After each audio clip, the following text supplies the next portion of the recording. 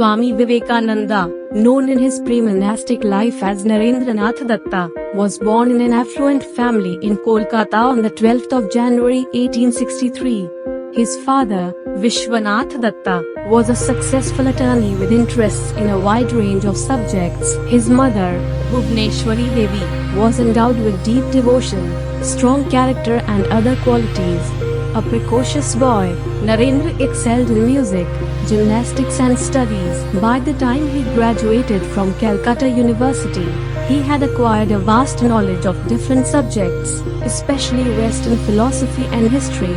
Born with a yogic temperament, he used to practice meditation even from his boyhood, and was associated with Brahmo movement for some time, a spiritual genius of commanding intellect and power. Swami Vivekananda crammed immense labor and achievement into his short life from 1863 to 1902. At the same time, vehement in his desire to know the truth about God, he questioned people of holy reputation, asking them if they had seen God. He found such a person in Sri Ramakrishna, who became his master, allayed his doubts, guided him on the spiritual path, and transformed him into sage and prophet with authority to teach. After Sri Ramakrishna's passing in 1886, Vivekananda renounced the world and crisscrossed India as a wandering monk.